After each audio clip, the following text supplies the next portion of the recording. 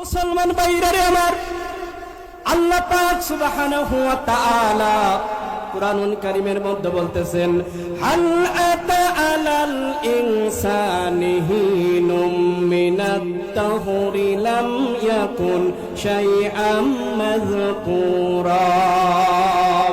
আল্লাহ পাক রব্বুল আলামিন ডেকে ডেকে বলেন, ও হে পৃথিবীর মানুষ, তোমাদের কি স্মরণে আসে না মানুষের যখন কোনো অস্তিত্ব ছিল না, যখন কোনো চিহ্ন ছিল না, এই নিশ্চিহ্ন সময় আমি আল্লাহ পাক রব্বুল আলামিন মানুষকে তৈরি করেছি। বলুন সুবহানাল্লাহ।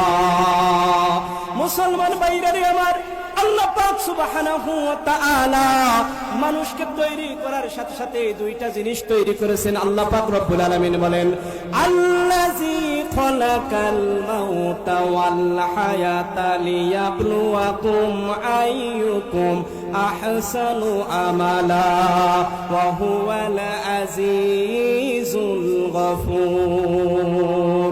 আল্লাহ পাক রব্বুল আলামিন ডেকে ডেকে বলেন, ও হে পৃথিবীর মানুষ, আমি যখন মানুষ তৈরি করেছি, মানুষ তৈরি করার সঙ্গে সঙ্গে তার জন্য আমি একটা জিনিস তৈরি করেছি, তার নাম হলো মউত। এরপরে একটা জিনিস তৈরি করেছি, তার নাম হলো হায়াত। হায়াত আর মউত এই জন্য আমি তৈরি করলাম, সিলেক্ট করলাম, যাতে করে আমি পরীক্ষা করতে পারি পৃথিবীতে সবচাইতে ভালো কাজ, নেকির কাজ কে করতে পারে, এটা পরীক্ষা করার জন্য। বলুন সুবহানাল্লাহ। মুসলমান ভাইরা আমার, আল্লাহ পাক সুবহানাহু ওয়া তাআলা মানুষ তৈরির সঙ্গে সঙ্গে মৃত্যু নামক একটা বস্তু তৈরি করেছেন। এই মৃত্যুর ডাকে আমাদেরকে সাড়া দিতে হবে, কারণ আল্লাহ পাক রব্বুল আলামিন বলেছেন, কুল্লু নাফসিন জাইকাতুল মাউত, প্রত্যেকটা নফসকে মৃত্যুর স্বাদ গ্রহণ করতেই হবে। যার মধ্যে নফস আছে তাকে মৃত্যুর স্বাদ গ্রহণ করতে হবে। আপনার আমি যদি মৃত্যু থেকে বাঁচার জন্য যত বড়ই ব্যবস্থা করি না কেন, কখনো মৃত্যু থেকে আমরা বাঁচতে পারবো না।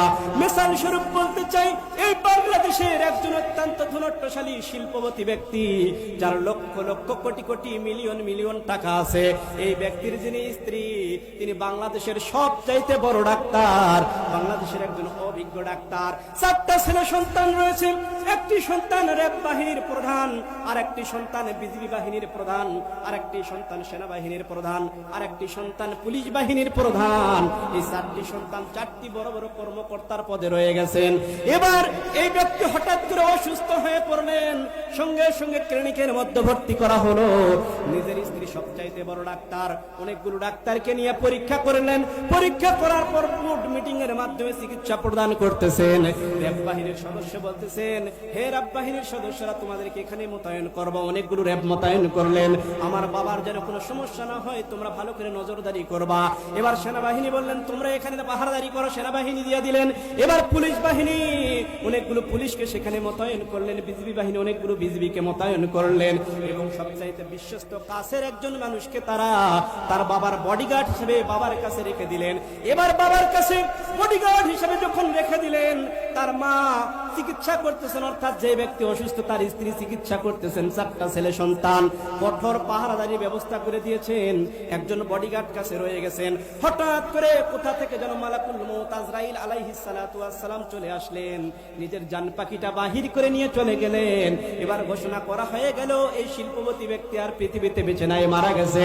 সঙ্গে সঙ্গে 4 বাহিনীর প্রধান এসে বডিগার্ডের গলায় এরকম ভাবে আমজা করে ধরলেন আর বললেন, তোরে আমরা রেখেছিলাম আমার বাবার বডিগার্ডের দায়িত্ব দিয়ে, আমার বাবা মারা গেল কেমন করে, আমাকে বলো, আমাকে বলো। বডিগার্ড চিৎকার করে বলতেছে, স্যার আমি হলাম আপনার বাবার বডিগার্ড, আমি আপনার বাবার রুহ গার্ড নয়। সুতরাং এই যে আপনার বাবার বডি আপনারা নিয়ে নেন, আমি তো আপনার বাবার রুহ গার্ড নয় যে রুহটা দিয়ে দিব। বলেন ঠিক কি না? মুসলমান ভাইরা আমার, হায়াতুল হাইওয়ান কিতাবের মধ্যে এসেছেন, আল্লাহ পাক রব্বুল আলামিন একবার আজরাইল আলাইহিস সালাতু ওয়াস সালামকে জিজ্ঞেস করলেন, হে আজরাইল, তুমি তো হাজার হাজার লক্ষ লক্ষ কোটি কোটি মানুষের জীবন তুমি কবজ করো, কখনো কি তোমার অন্তরে কখনো মায়া লাগছে নাকি? মালাকুল মউত আজরাইল আলাইহিস সালাতু ওয়াস সালাম ডেকে ডেকে বলে, রব্বে কারীম, এই পৃথিবীতে পৃথিবীতে দুইটা মানুষের জান কবজ করতে গিয়ে আমার বড় মায়া লেগেছে গো আল্লাহ। আল্লাহ পাক রব্বুল আলামিন বলেন, হে আজরাইল, এমন কোন দুই ব্যক্তির জান কবজ করতে গিয়ে তোমার বেশি মায়া লেগেছে আমাকে বলো। এবার আজরাইল আলাইহিস সালাতু ওয়াস সালাম বলতেছেন, আল্লাহ পাক রব্বুল আলামিন একটা লঞ্চ যাচ্ছিল পানি পথে। এই লঞ্চে ছিল অনেকগুলো যাত্রী, যাত্রীদের মধ্যে ছিল একটা মহিলা। এই মহিলা ছিল একেবারে ভরপুর গর্ভবতী। এমন সময় এই লঞ্চটা যখন যাচ্ছিল, আপনি আমাকে ঘোষণা করলেন, হে আজরাইল যাও, ওই মহিলাটার জীবনটা তুমি বাহির করে নিয়ে চলে এসো। আমি যখন যাচ্ছিলাম, হঠাৎ পানির মধ্যে উত্তাল তরঙ্গমালায় লঞ্চটা নিষ্পিষিত হয়ে গেল, ভেঙে চূর্ণ চূর্ণ হয়ে গেল। ওই মহিলাটা কাঠের একটা তক্তা পাইলেন, এই কাঠের তক্তার উপর মহিলাটা প্রসব করলেন, সন্তান ভূমিষ্ঠ হয়ে গেল।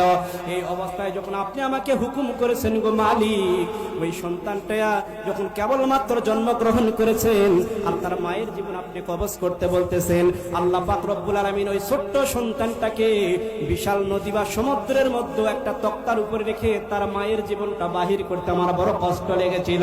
আল্লাহ পাক রব্বুল আলামিন ডেকে ডেকে বলেন, আজরাইল দ্বিতীয় কোথায়? এবার আজরাইল আলাইহিস সালাম বলতেছে, আল্লাহ পাক রব্বুল আলামিন পৃথিবীর চূড়ান্ত দুশমন কাফির সাদ্দাত যখন জান্নাত তৈরি করেছিল দুনিয়াতে, এবং দুনিয়ার 14 থেকে 16, 18 বছরের সুন্দরী মেয়েগুলোকে কামরাই হুর হিসাবে যখন ব্যবহার করেছিল, সাদ্দাত যখন জান্নাতের মধ্যে ঢুকতে চায়, এমন সময় আপনি আমাকে অর্ডার করলেন যে সাদ্দাতের জীবনটা তুমি বাহির করে নাও। আল্লাহ পাক রব্বুল আলামিন সেই সময় সাদ্দাতের জীবনটা বাহির করতে আমার বড় কষ্ট হয়েছিল। আল্লাহ পাক রব্বুল আলামিন ডেকে ডেকে বলে, আজরাইল তুমি ভুল করেছো, ভুল করেছো। তুমি যে সাদ্দাতের জীবনটা বাহির করতে কষ্ট মনে করেছো, আর ওই যে সমুদ্রের তরঙ্গমালায় তক্তার উপরে যে মেয়ে একটা সন্তান জন্ম দিয়েছিল, ওই সন্তানই হলো আজকের এই সাদ্দাত। একটা মানুষের জন্য দুইবার তোমার দয়া হয়েছে। মুসলমান ভাইরা আমার বলতে চাই, মৃত্যু কখন কোন পথে আসবে আমরা কেউ বলতে পারবো না, আমরা জানি না। এই জন্য সর্ব অবস্থায় মৃত্যুর জন্য প্রস্তুতি নিয়ে থাকার দরকার আছে নাকি নাই? আল্লাহ পাক রব্বুল আলামিন বলেন, আল্লাযী খালাকাল মাউতা ওয়াল হায়াতা। আল্লাহ তাআলা বলেন, মৌতের পর আমি নির্ধারণ করেছি হায়াত। এই হায়াতটাকে কিতাবের মধ্যে উলামায়ে কেরাম 5 প্রকারে ভাগ করেছেন। প্রতিটা মানুষ জীবনে 5 প্রকার হায়াত পেয়ে থাকে। প্রত্যেকটা মানুষ 5টা জগতের মধ্যে জন্মগ্রহণ করেন। আমার মুসলমান ভাইরা রে, কিতাবের লেখক লিখেছেন, উলামায়ে কেরাম বলেন, সর্বপ্রথম আল্লাহ পাক রব্বুল আলামিন মানুষের যখন উৎপত্তি তৈরি করেছেন, এই যে রূহ তৈরি করেছেন, এই রূহ তৈরি করে আল্লাহ পাক রব্বুল আলামিন এমন একটা জগতে রেখেছিলেন যে জগতের নাম হলো আলমে আরওয়াহ। এই আলমে আরওয়াহর জগতে এটাকে রূহের জগৎ বলা হয়। আল্লাহ পাক রব্বুল আলামিন আমাদেরকে বলেছেন, আনাস্তু বিরব্বুকুম, আমি কি তোমাদের রব নয়? আমরা সঙ্গে সঙ্গে বলেছিলাম, ক্বালু বালা, হে আল্লাহ আপনি আমাদের রব, আপনি আমাদের সৃষ্টিকর্তা, আপনি আমাদের মালিক। এই স্বীকৃতি দিয়েছিলাম। এরপরে যখন ধারাবাহিকতার সাথে আলমে আরওয়াহর জগৎ থেকে আল্লাহ পাক রব্বুল আলামিন আমাদেরকে অন্য একটা জগতে যখন পারি করে দিতে চান, এই সময় আমরা বলতেছিলাম, আল্লাহ পাক রব্বুল আলামিন এর চাইতে ভালো কোনো জায়গা আবার হয় নাকি? এর চাইতে ভালো কোনো জায়গা হতে পারে না, আমরা এখান থেকে কোথাও যাব না। আল্লাহ পাক রব্বুল আলামিন প্রতিটা মানুষের দ্বিতীয় নাম্বার যেই জীবনী, দ্বিতীয় নাম্বার যে হায়াত, এই হায়াতের নাম যেখানে দেওয়া হয়েছে আলমে বুতুন। আলমে বুতুন শব্দের অর্থ হলো অন্ধকারের একটি জগৎ। অন্ধকারের জগতের মধ্যে আমাদেরকে পাঠাতে চাই, আমরা যাই নাই। হঠাৎ করে যখন ফেরেশতারা জোরপূর্বক আলমে বুতুনের মধ্যে আমাদেরকে প্রবেশ করাই দিলেন, ঢুকাই দিলেন, তখন আমরা মনে করলাম এর চাইতে ভালো জগৎ আর হইতে পারে না। আলমে বুতুন বলা হয় মায়ের পেটের জগৎকে। বলুন সুবহানাল্লাহ। মায়ের পেট অন্ধকার না আলোকিত? বাহিরের থেকে কিছু দেখা যায় না। এরকম অবস্থায় আল্লাহ পাক সুবহানাহু ওয়া তাআলা আলমে বুতুনের মধ্যে প্রতিটা আদম সন্তানকে যখন রেখে দিলেন, মায়ের পেটে যখন পূর্ণ সময় হয়ে গেল, একজন ফেরেশতা এসে বলে, হে আদম সন্তান, তোমাকে তো আর এখানে রাখা যাবে না, তোমাকে এখান থেকে তৃতীয় নাম্বার একটা দুনিয়া, তৃতীয় নাম্বার একটা হায়াত, সেখানে তোমাকে পাঠাতে হবে। আমরা বলেছিলাম, না না, এর চাইতে আর কখনো ভালো দুনিয়া, ভালো কোনো জায়গা হতে পারে নাকি? ভালো কোনো জায়গা হতে পারে না। এমন সময় যখন আমাদের পৃথিবীতে আসার সময় ঘনিয়ে আসলো, আল্লাহ পাক রব্বুল রব্বুল আলামিনের হুকুমে ফেরেশতারা যখন পৃথিবীতে আমাদেরকে বাহির করে দিলেন, এই পৃথিবীর বিশাল প্রশাতা দেখে প্রতিটা আদম সন্তান চিৎকার দিয়ে কান্না করে, বলেন ঠিক কি না? এটা কান্না করে না বন্ধু, প্রতিটা সন্তান মনে করে কোথায় ছিলাম আর কোথায় আসলাম, আল্লাহর শুকরিয়া আদায় করে আলহামদুলিল্লাহ। এবার মায়ের পেট থেকে যখন পৃথিবীতে আসা হলো, এমন একটা দুর্বল অবস্থায় আমরা পৃথিবীতে আসলাম। এই পৃথিবীতে আসার পর কথা বলতে পারি না, চলতে পারি না, এমন একটা অবস্থা আমরা। এই অবস্থায় আল্লাহ পাক রব্বুল আলামিন আমাদেরকে ধীরে ধীরে ধীরে ধীরে আস্তে আস্তে বড় করেছেন। এখন পৃথিবীতে আমরা দুনিয়ার সম্পদের মহব্বতে পড়ে গেছি, দুনিয়ার সম্পদের মহব্বতে পড়ে আখিরাত ভুলে গেছি। আল্লাহ পাক রব্বুল আলামিন এই জন্য কুরআনুল কারীমের মধ্যে বলতেছেন, ইয়া আইয়ুহাল্লাযীনা আমানু লা তুলহিকুম আমওয়ালুকুম ওয়ালা আওলাদুকুম আন যিকরিল্লাহ ওয়া মান ইয়াফআল যালিকা ফাউলাইকা হুমুল খাসিরুন। মুসলমান ভাইরা আমার, আল্লাহ পাক রব্বুল আলামিন বলেন, হে পৃথিবীর আদম সন্তান, পৃথিবীতে যাওয়ার পর যদি তোমরা তোমাদের সন্তান, তোমরা তোমাদের সম্পদ, তোমরা তোমাদের টাকা পয়সা, এগুলোর কারণে আমি আল্লাহর দিক থেকে মুখটা ফিরিয়ে নাও, আমি আল্লাহর জিকির থেকে তোমরা দূরে চলে যাও, তবে তোমরা ভালো করে শুনে রাখো, আমি পৃথিবীতে তোমাদের জীবনটা করে দিব সংকুচিত জীবন, ধ্বংসের জীবন। আর যখন তোমরা মৃত্যুবরণ করবা, কিয়ামতে ওঠার সময় তোমরা অন্ধ অবস্থায় উঠবা, চক্ষু দিয়ে দেখতে পাবা না, বলেন নাউজুবিল্লাহ। মুসলমান ভাইরা আমার, এই পৃথিবীতে আলিম উলামাগণ আল্লাহ তাআলার যে সমস্ত নেককার বান্দা, তারা আমাদেরকে বলতেছে, বাবা এই পৃথিবীটা থাকার জায়গা নয়, এই পৃথিবী থেকে আমাদেরকে আবার বিদায় নিয়ে চলে যেতে হবে। কিন্তু এই কথা আমরা কেউ ফলো করছি না, মূল্যায়ন করছি না, কারণ আমাদের চিন্তা পৃথিবীতেই আমাদেরকে প্রতিষ্ঠিত হতে হবে, বলেন ঠিক কি না?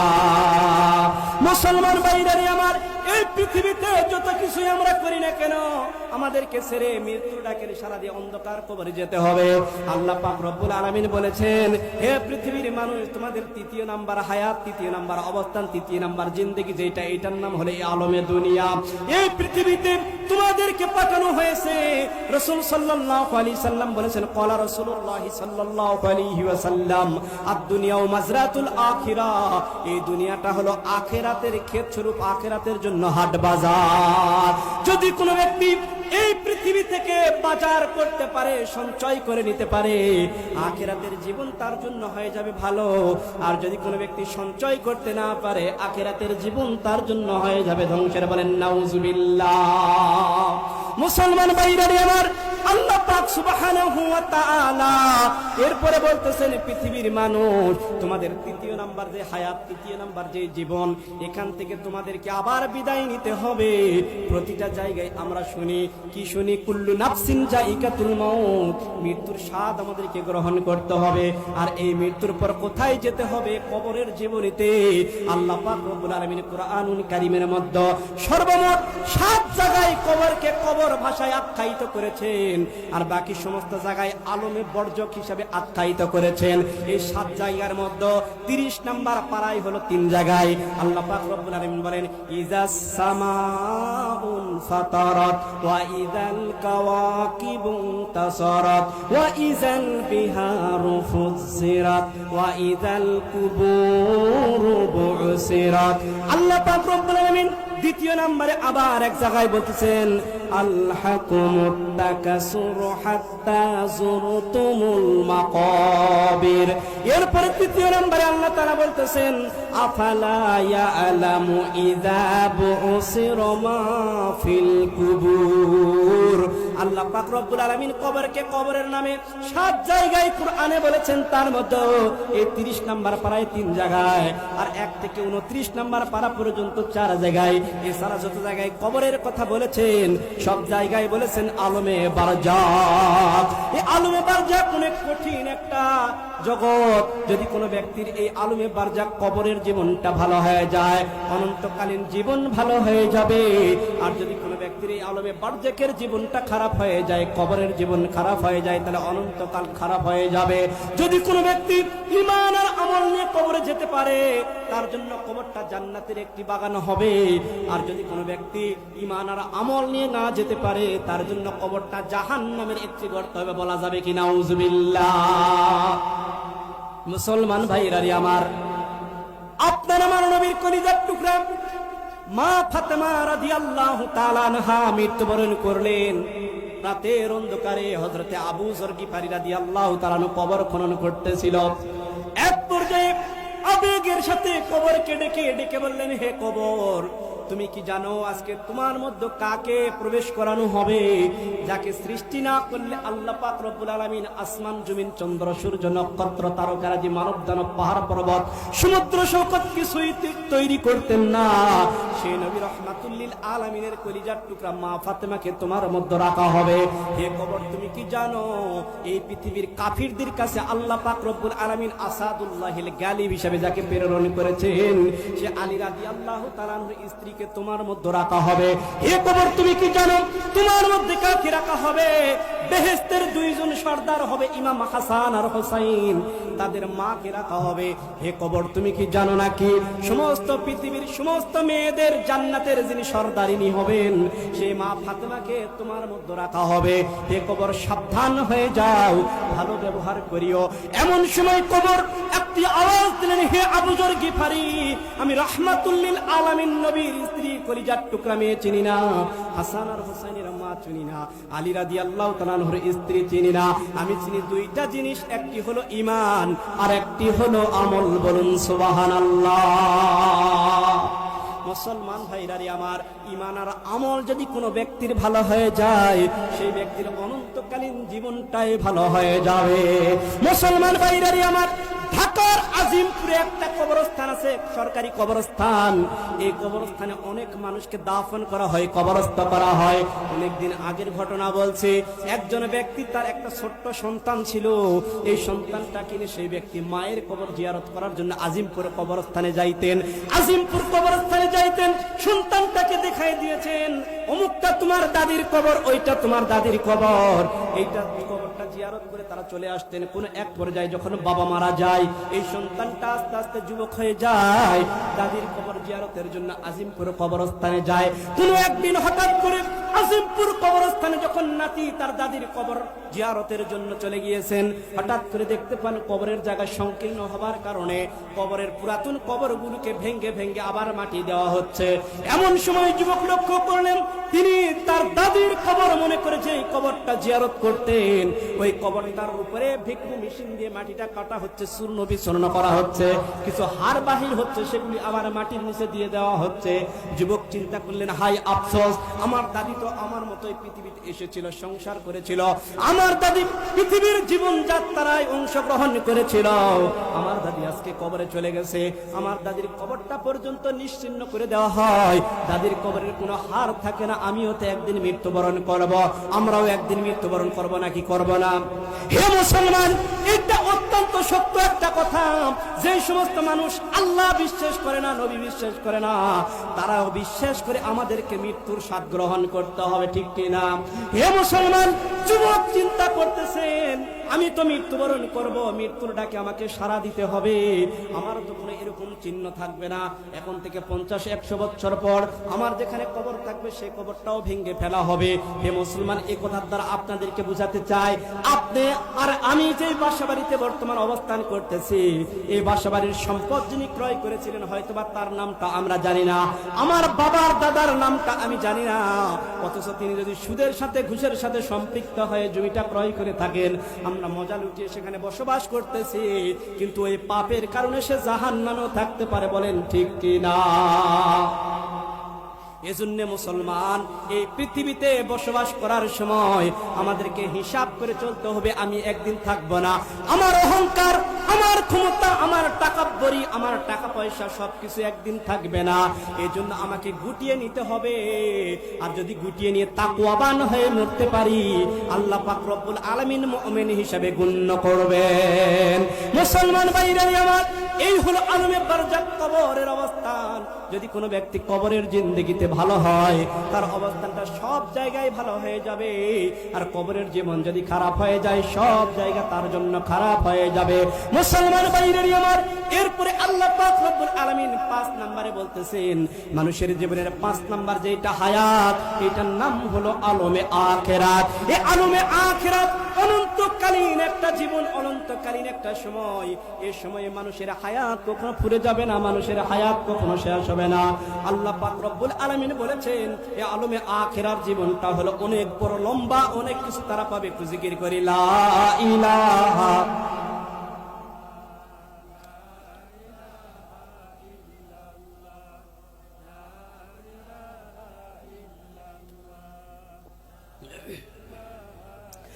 লা ইলাহা ইল্লাল্লাহু মুহাম্মাদুর রাসূলুল্লাহ সাল্লাল্লাহু আলাইহি সাল্লাম।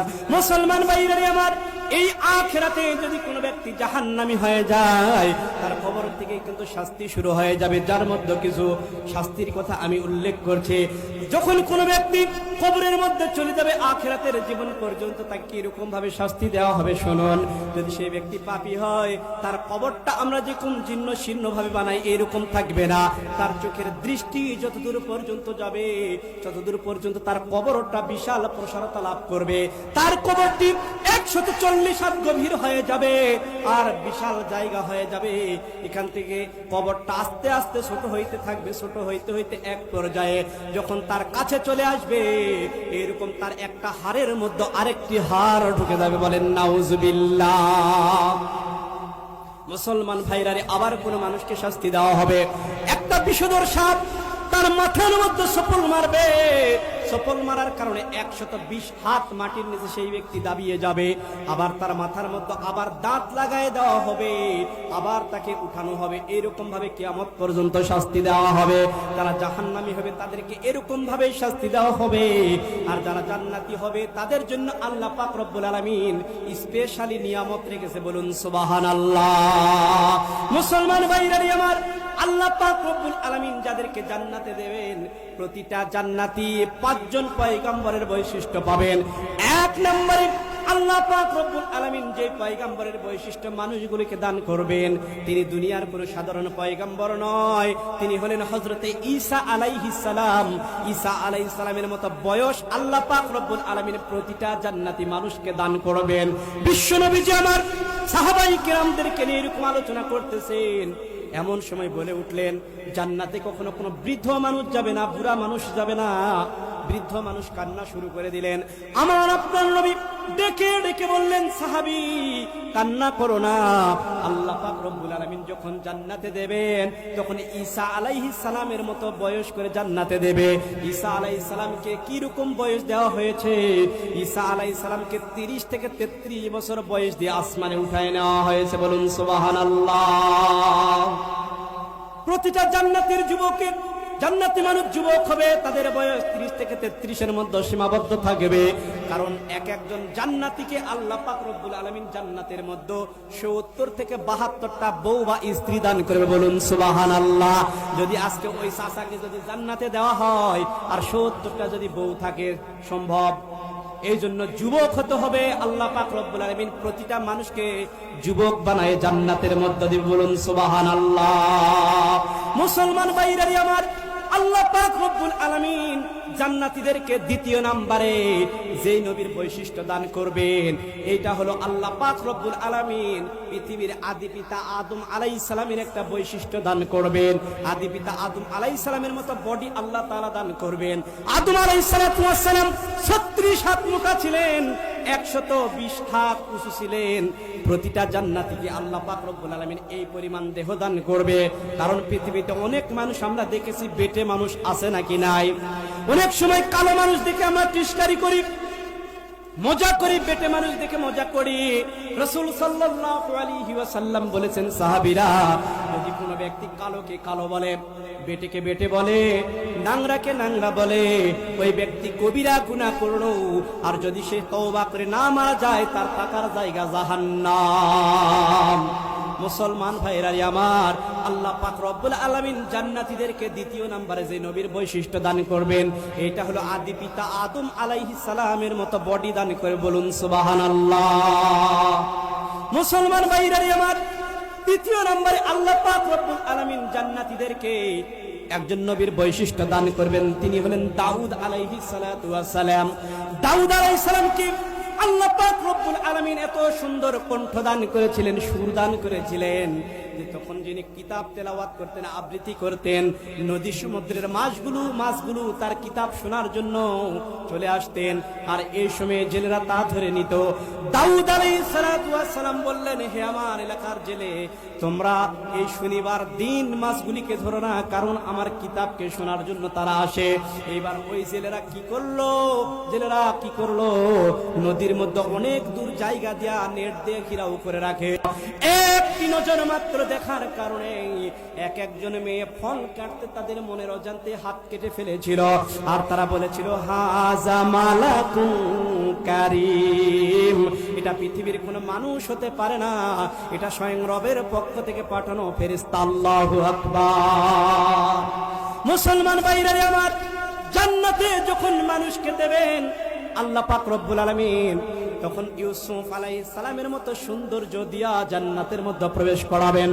আপনার আমার নবী সাহাবায়ে কেরামদেরকে নিয়ে আলোচনা করতেছেন, এমন সময় আপনার আমার নবী বললেন, কালো মানুষ কখনো জান্নাতে যেতে পারবে না। কালো যারা ছিল কান্না শুরু করে দিলেন।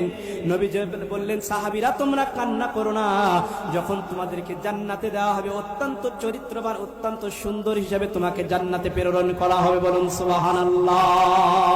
মুসলমান ভাইরা আমার, 5 নম্বরে যে পয়গম্বরের বৈশিষ্ট্য আপনাকে আমাকে তথা জান্নাতি মানুষকে দান করা হবে, আল্লাহ পাক রব্বুল আলামিন সেই নবী আর অন্য কোন নবী নয়, আখিরি জামানার চূড়ান্ত নবী কিনা মুহাম্মাদুর রাসূলুল্লাহ সাল্লাল্লাহু আলাইহি সাল্লামের মতো ভাষা দান করবেন। কবরের ভাষা কি? আরবি। কবরের ভাষা কি? জান্নাতের ভাষা, কোরআনের ভাষা। আল্লাহ তাআলা এই আরবি ভাষা সকলকে দিয়া দিবে, বলুন আলহামদুলিল্লাহ। মুসলমান ভাইরা আমার, আল্লাহ পাক সুবহানাহু ওয়া তাআলা জান্নাতীদেরকে এরকম পুরস্কার দিবেন, জাহান্নামীদেরও কিছু শোনার দরকার আছে নাকি নাই?